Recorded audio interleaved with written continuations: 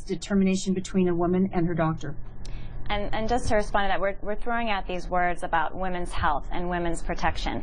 And still, I haven't heard a response from either of the other guests on the program tonight about the fact that the abortion clinic that is making, again, that hundreds, millions of dollars off of these horrific late-term abortions has even said on their... Are they really making hundreds of millions of dollars? They're making hundreds of thousands. They're making millions of dollars off is of there these research backing that up? Millions of dollars, yeah. Yeah, they're making $8,000 to $10,000 an abortion. But the point is, on the consent form, they say that after 18 weeks, and they're making women sign their knowledge that they understand this, that the abortion is later than carrying to term. It's more dangerous than carrying to term. That's really important for us to realize in this, that we should care about women's health, but abortion is not helping women's health. It's certainly not empowering them as women to, psychologically, emotionally. It's not helping them. Antoinette, I know you want to jump in here. Go for it.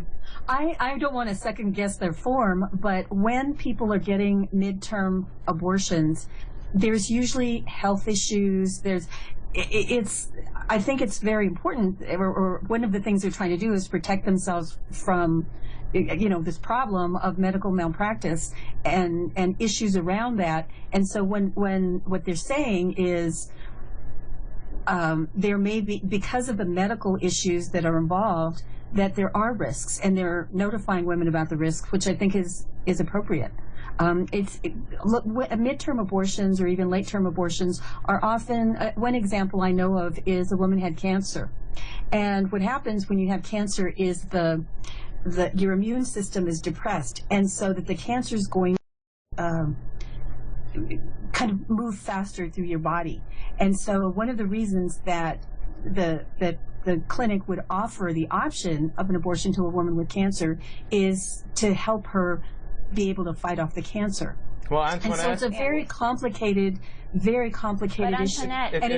Abortion is not a treatment for cancer. We're going to continue this. Abortion is not a medical treatment for cancer. And the Dublin Declaration, hundreds of doctors said it's not necessary. Abortion is not necessary for health. Moving forward, can there ever be a middle ground on this never-ending abortion debate? We hope so. Keep tweeting your thoughts to Umar at #AJamStream. In the meantime, here's a look at some other stories we've been following.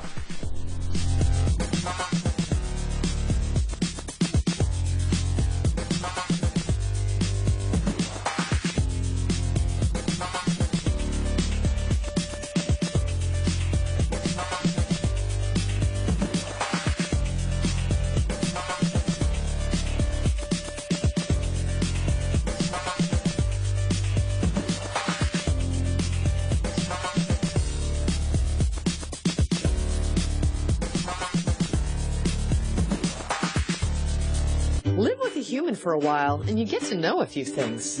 Like, I know she's actually not a morning person. I know she does strange tricks for no treats. I know that water makes her howl like crazy. I even know how the floor stays so clean. She's quick. But the one thing I will never for the life of me know is how she gets so tiny and inside that box. Natalie, how do you get so tiny? Audiences are intelligent, and they know that their needs are not being met by... Do you love fluffy omelets, French onion soup, chocolate souffle? Now make delicious gourmet food in minutes with Stonewave, the microwave miracle. Just let add spices and butter for a homemade apple crisp. Watch this. Core an onion, add butter in a bouillon cube, and cook 4 minutes for tasty meat toppings or French onion soup. The secret is all in the unique steam release chimney. The nonstick ceramic surface means no butter, fats, or oil. Just add eggs and ingredients and cook for a perfect fluffy cheese omelet. In just 1 minute, make a smooth, velvety, perfect poached egg. It's all right here in the 5-minute Stonewave recipe book. Make a delicious chocolate souffle in 5 minutes. Yes, right in your microwave. Now get Stonewave with cool touch handle and recipes for $10. Call now and you can double your order and find out about free shipping. Call 1-800-470-8345. But hurry and you can get a special offer, second Stonewave with all of today's orders. That's 1-800-470-8345.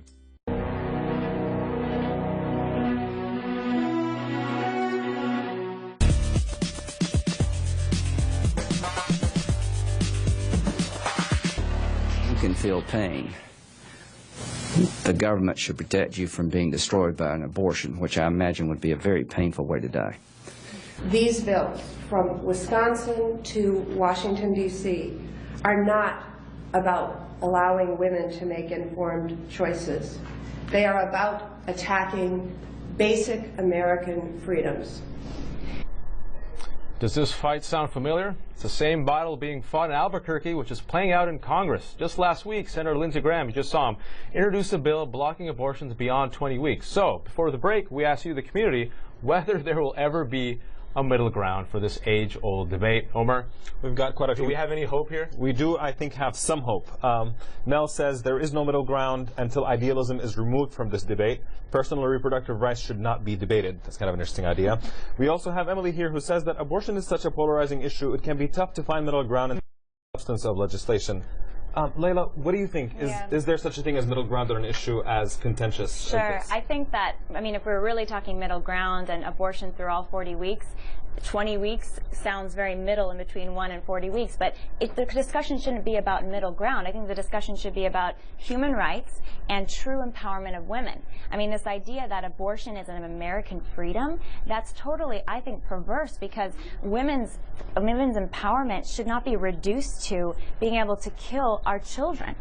This whole idea that we are empowered through abortion, I think, is a lie we've been sold. Are women being empowered right now when they're being taken to abortion clinics by boyfriends saying you have to do this, or their bosses say you're not going to get the promotion if you're a mother as well? But is that all the cases, Lila? No, to be perfectly fair.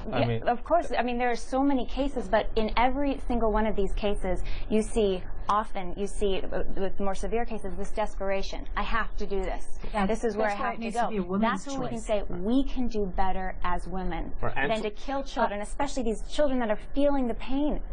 My middle ground.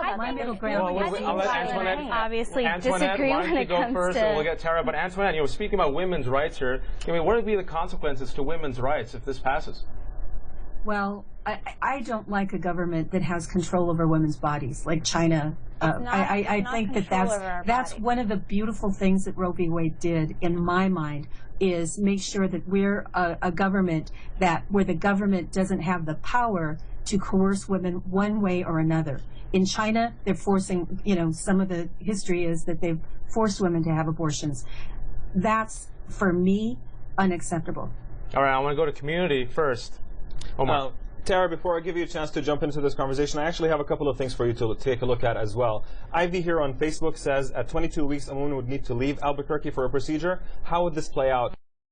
And I also have this video comment from Teddy. Take a listen to this. There are several reasons why the proposed ban on abortion after 20 weeks of gestation is problematic. It's obviously unconstitutional. It's being justified with pseudoscience. But I find most disturbing is that it would cause a serious lack of access to reproductive health care for women, not just in Albuquerque, but in New Mexico and throughout the Southwest region, as well as having a disproportionate effect on low-income women. So, Tara, do you think there are regional implications for this possibly passing? Yeah, I think both of those comments made excellent points. I think the important thing to understand about Albuquerque is that while it is potentially the first localized citywide 20-week ban, it would actually have huge implications for women not only in New Mexico but in other states as well. I would encourage everyone watching this program to find a way to check out the documentary After Tiller, which documents the work of providing late-term abortion services in the aftermath of the murder of Dr. George Tiller, who was a late-term abortion provider who operated in Kansas and was killed several years ago.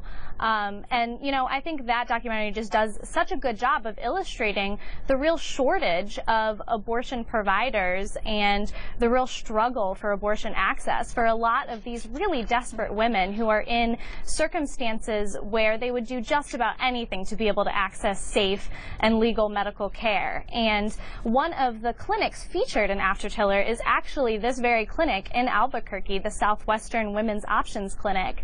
And so I think it's important to think about the fact that there are just 4 providers who we know of who are offering these kind of late-term services, and 2 of them are practicing in this clinic in Albuquerque. If this ban passes, this is going to be a serious drain on women's access all over the country. That's all the time we have for this debate. I want to thank all of our guests. The conversation continues online.